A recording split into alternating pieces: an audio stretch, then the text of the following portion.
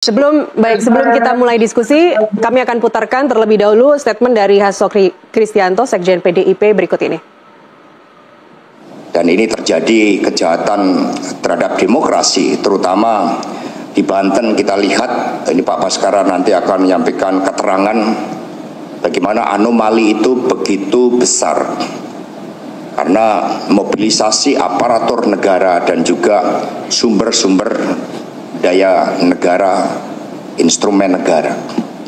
Kemudian di Sumatera Utara, nanti Pak Jarod akan memberikan berbagai keterangan tentang apa yang terjadi di Sumatera Utara dengan simbolisasi beras untuk rakyat miskin dengan kode BN, beras nasional, sebagai akronim juga BN dari Bobi Nasution. Kemudian juga di Jawa Tengah, bagaimana pergerakan untuk mencoba menghancurkan kandang banteng, tetapi nanti secara empiris kami bisa buktikan bahwa ketika kandang banteng ini mencoba ditekan, tetapi ternyata justru secara progresif terjadi persemaian kandang-kandang banteng, termasuk di daerah-daerah yang sebelumnya mustahil untuk dimenangkan oleh PDI Perjuangan. Ya, kita mulai dialog. Saya ke Mas Adi Prayitno terlebih dahulu terhadap statement Pak Hasto Kristianto tadi dan analisa Anda terhadap PDIP di Jawa Tengah sejauh ini, Mas Adi, seperti apa? Ya, saya kira memang harus diakui ini adalah satu realitas politik yang memang harus diterima oleh PDIP, di mana kandang mereka itu harus jebol dan kalah oleh kekuatan politik dari Kim Plus yang saya kira mengusung Lutfi dan Taji Yassin dan di versi quick count memenangkan pertarungan secara signifikan. Saya kira ada tiga hal yang bisa menjelaskan. Pertama, tentu karena Kim Plus ini memiliki calon Lutfi dan Taji Yassin yang relatif saling melengkapi satu sama yang lain. Lutfi mewakili kelompok nasionalis, sementara Taji Yassin adalah mewakili dari kelompok Islam, khususnya dari kalangan Nahdlin. Jadi dua kekuatan politik ini saya kira cukup memenuhi kebutuhan politik yang kemudian mendapatkan dukungan yang begitu kuat ya dari pemilih Jawa Tengah. Jadi figur ini yang saya kira memang sejak awal popularitas dan elektabilitasnya memang cukup mentereng, bahkan di survei-survei Lutfi sejak lama sudah terkonfirmasi sebagai sosok yang akan mungkin bertarung di Jakarta. Agak berbeda di Jawa Tengah, maksud saya agak berbeda dengan Pak Andika Perkasa. Kita tahu bahwa Pak Andika itu di launching secara terbuka untuk menjadi calon gubernur Jawa Tengah itu kurang lebih sekitar 2 atau 3 bulan sebelum masa kampanye, dan itu tentu sebagai penantang memang agak sedikit cukup telat, karena apapun Pak Andika tidak pernah diperhitungkan ya sebagai sosok yang sejak awal akan bertarung melawan Lutfi dan Taji Yassin yang diusung oleh Gibran. Jadi ini adalah faktor yang kemudian bisa menyebabkan kenapa misalnya elektabilitas Pak Andika itu dalam versi quick count masih kalah relatif signifikan dibandingkan dengan Lutfi. Yang kedua, tentu saja harus diakui Banteng itu kekuatan politiknya tidak sekuat dulu, terutama ketika misalnya PDIP ini berseteru secara politik dengan Jokowi. Karena dalam banyak hal orang-orang yang merasa memilih PDIP banyak juga mengikuti pilihan politik Jokowi di pilkada di Jawa Tengah. Jadi Banteng itu tidak 100% solid ya mendukung Andika dan kemudian Hendi, yang dalam banyak hal memang Jokowi menjadi variabel yang juga disukai oleh pemilih-pemilih Banteng, di mana Jokowi memberikan dukungan politik kepada rival yaitu M. Lutfi dan Taji Yassin. Tapi yang ketiga menurut saya ini adalah faktor yang juga komplement tapi menjadi cukup signifikan, karena saya membaca bahwa dukungan politik terbuka yang dilakukan oleh Prabowo khususnya dan Jokowi ini tentu menambah elektabilitas dan kekuatan politik yang dimiliki oleh kubu Lutfi dan Taji Yassin. Jadi tiga variabel ini sepertinya Mbak yang menurut saya bisa menjelaskan kenapa IDN kita melihat hari ini versi Gupon bahwa Banteng tak lagi menjadi kandangnya PDIP dan kemudian beralih menjadi kandangnya Gerindra dan Prabowo Subianto.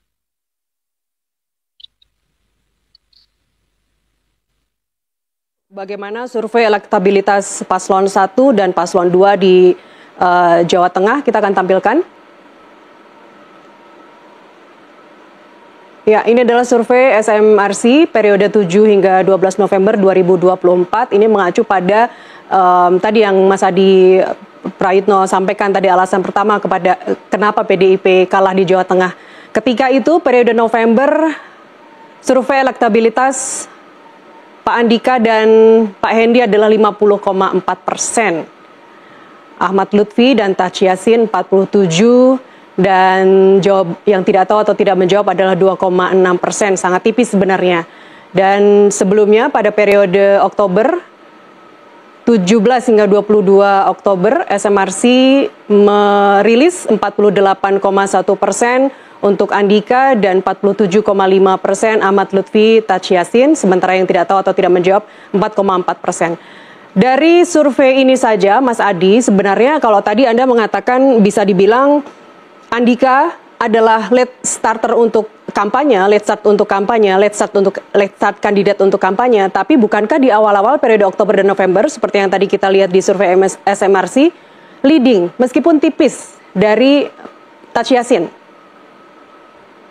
Ya, saya kira memang kalau membaca survei tentu harus melihat bagaimana survei itu yang bergerak dinamis. Karena survei itu kan berdasarkan selera publik yang saat dilakukan survei, ada kecenderungan kesukaan dan tingkat elektabilitas calon.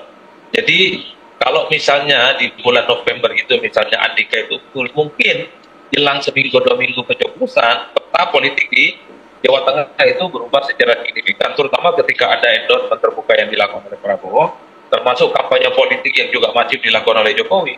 Itu kan bisa mengubah keadaan secara signifikan. Tapi secara umum memang kalau kita melihat survei yang ditampilkan tadi, ini kan masih dalam tentang margin of error. Artinya sekalipun Andika itu unggul, tapi kan sebenarnya masih bisa disebut itu relatif kompetitif dan hampir bisa diklaim sama sebenarnya elektabilitasnya dengan Lutfi dan Tachi Yassin. Jadi ini yang saya kira memang harus diakui kenapa pada akhirnya Lutfi kemudian Tachi Yassin itu bisa membalik keadaan ya, yang kemudian dalam quick count itu memenangkan pertarungan. Kalau tadi Anda sebut pengaruh, Anda sebut tadi endorse dari Jokowi, pengaruh Jokowi. Survei atau SMRC juga merilis bahwa pengaruh Jokowi itu sebenarnya di Jateng hanya 2,5%. Beda dengan pengaruh Jokowi di DKI Jakarta misalnya yang sampai 16%. Apa yang terjadi? Ya, saya kira memang harus diakui Jawa Tengah itu kan memang salah satu tempat di mana kekuatan politik Jokowi masih cukup kuat. Kalau kita membaca data-data, orang yang merasa puas dengan kinerja Jokowi, merasa respect dengan kinerja Jokowi, itu juga sebagian besarnya ada di Jawa Tengah. Jadi wajar kalau kemudian sebenarnya ketika Jokowi memberikan dukungan terbuka kepada Lutfi, warga Jawa Tengah termasuk pemilih PDIP lebih sedikit banyak juga mengikuti kemana pilihan politik Pak Jokowi. Tapi sekali lagi endorsement Jokowi ini kan faktor komplementer, faktor pelengkap dari kerja-kerja politik, dari mesin politik yang memang sejak lama sudah dibangun oleh M. Lutfi dan Gus Yassin ya. Karena memang percuma mendapatkan endorsement Jokowi dan endorsement dari yang lain kalau barang yang diusung itu adalah barang yang tidak bagus. Barang yang tidak bagus. Ada juga yang berpendapat begini, Mas Adi, percuma juga milih orang pintar lulusan Harvard, tapi kalau akhirnya nanti disetirik oleh partai. Saya ke Mas Wahid. Mas Wahid, Anda sepakat dengan yang disampaikan Mas Adi Prayitno tadi bahwa ya bisa dibilang Pak Andika dalam hal ini telat untuk kampanyenya begitu. Sementara kalau bicara lawannya itu sudah 5 tahun menjadi Kapolda di Jawa Tengah, tentu sudah elektabilitasnya, popularitasnya pasti sudah kemana-mana. Ya memang dari sisi timing kalah start nih ya Pak Andika ini. Pak Ahmad itu sudah lama ya, lebih dari 10 tahun beliau berkarir dan paham betul beliau tentang peta Jawa Tengah. Yang kedua juga kalau lihat dari perspektif efek kandidat, Gus Yassin ini punya keunggulan yang absolut dalam perspektif aspek religiusitas, kedekatan beliau dengan pemilih santri itu absolut di Gus Yassin. Maka kemudian ini menjadikan basis-basis suara santri di Jawa Tengah itu sangat terkapitalisasi. Lihat saja misalnya Jepara, kemudian Rembang, kemudian Pati, Kudus, itu menangnya cukup telak betul. Nah, sudah ada upaya memang Gus Umar, ketua tim pemenangan itu untuk masuk ke pesantren-pesantren beliau. Tetapi nampaknya ini tidak bisa masif begitu. Jadi dalam perspektif ini cukup ketinggalan. Yang kedua saya kira di awal-awal November itu sudah mulai kelihatan rentang ketertinggalannya sudah mulai melebar ketika Pak Jokowi masuk ke basis-basis kantong pemilih PDI Perjuangan yang saat itu cukup leading. Misalnya contoh saja Banyumas, kemudian Grobogan, kemudian Klaten bahkan. Ini kan yang kemarin itu memang cukup kuat PDI Perjuangan. Tapi begitu kemudian Pak Jokowi masif begitu dalam bahasa konvoy, saya kira efeknya luar biasa. Dan hari ini terbukti dengan wilayah-wilayah itu cukup jauh ya tentang ketertinggalannya. Baik. Nah, satu lagi saya kira juga Mas Wahid, sebelum berikutnya, saya ingin mengingatkan kepada kita semua di Konvers PDIP kemarin bahwa dengan lantangnya Ketua DPP PDI Perjuangan Bidang Pemenangan Pemilu Eksekutif, Deddy Sitorus mengatakan bahwa Jateng ini sekarang memang bukan lagi kandangnya Banteng, karena Jawa Tengah adalah kandangnya Bansos dan juga kandangnya Parcok. Pendapat Anda yang juga warga Jawa Tengah? Ya itu tinggal dibuktikan saja ya oleh PDI Perjuangan kalau memang punya persepsi semacam itu. Proses saja bagaimana di Bawaslu, kemudian nanti barangkali kalau memang merasa ada banyak kecurangan ya di MK. Tetapi saya kira terlepas dari dugaan itu, ya memang secara politik ibaratnya itu sebuah speedboat ya. PDI itu sudah cukup baik sebenarnya ya, dalam waktu yang singkat itu bisa sampai angka 40 itu luar biasa. Tetapi kecepatan ini kemudian karena speedboat kecil ya, sementara ombaknya begitu tinggi dan besar sehingga tidak mampu melawan itu begitu. Anda ingin mengatakan bahwa di sini PDIP berjuang sendirian melawan koalisi yang begitu gemuk dan aparatur negara yang diduga ikut dalam kampanye bagi-bagi bansos? Saya lebih melihat pada bagaimana tadi Mbak, efek kandidat dan kemudian mesin politik, yakni jaringan relawan dan koalisi yang saya kira memang cukup efektif begitu. Meskipun bukan berarti PDIP gagal, saya kira tidak, karena di beberapa kabupaten lebih dari 15 saya kira PDI juga masih eksis begitu ya. Nah, oke, saya ingin ke Mas Adi. Sebenarnya banyak yang bilang begini, apakah memang sudah begitu tinggi relaktan pemilih di Jawa Tengah? Kalau kita mempelajari perilaku pemilih di Jawa Tengah, sudah terlalu relaktan sebenarnya dengan partai PDI Perjuangan, bukan dalam hal ketokohan dalam hal ini. Mas Adi, masih di mute audionya? Mohon maaf, tidak terdengar. Saya kira memang harus diakui bahwa kenapa Jawa Tengah itu seringkali disebut sebagai kandangnya Banteng.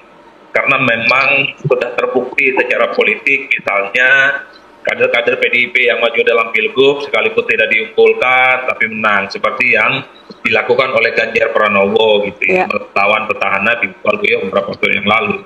Bahkan dalam pileg termasuk pilpres misalnya, PDIP akan terbukti menang secara signifikan yang ada di Jawa Tengah, termasuk pileg dan pilpres ya. Itu kan adalah argumen-argumen di mana publik berkesimpulan bahwa tidak mengherankan sebenarnya ada klaim yang menegaskan bahwa Jateng adalah kandang Banteng dan kandangnya PDIP. Tapi di politik itu sebenarnya tak ada yang abadi, Mbak. Ada siklus kekuasaan yang kemudian berubah. Saya membaca setelah PDIP pecah kongsi dengan Jokowi dan kalah pilpres, itu menjadi penanda betapa memang kekuatan politik PDIP di Jawa Tengah itu berkurang secara signifikan. Apapun judulnya, banyak pemilih PDIP itu karena faktor Jokowi.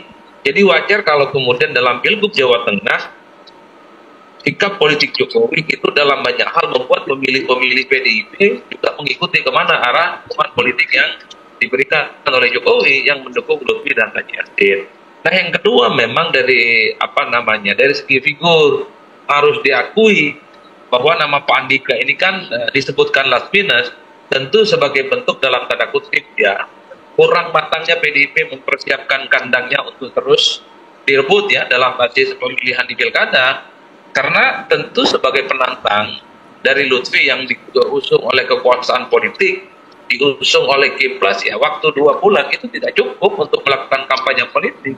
Karena apapun saya kira, terlepas Lutfi itu adalah Kapolda Jawa Tengah cukup lama, tapi kan sejak tahun lalu Lutfi itu kan terkonfirmasi sebagai sosok yang akan maju pilgub di Jawa Tengah. Saya kira baliho dan billboardnya sudah bertebaran di mana-mana.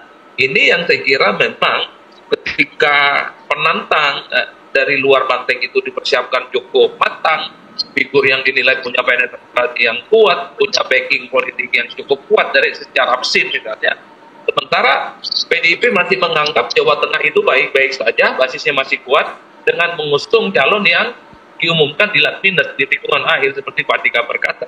Jadi ini yang saya kira memang bisa menjelaskan kenapa pada akhirnya PDIP itu tumbang gitu ya. Jadi mempersiapkan kandidat untuk mempertahankan kandangnya itu belum maksimal dan belum terukur. Oke.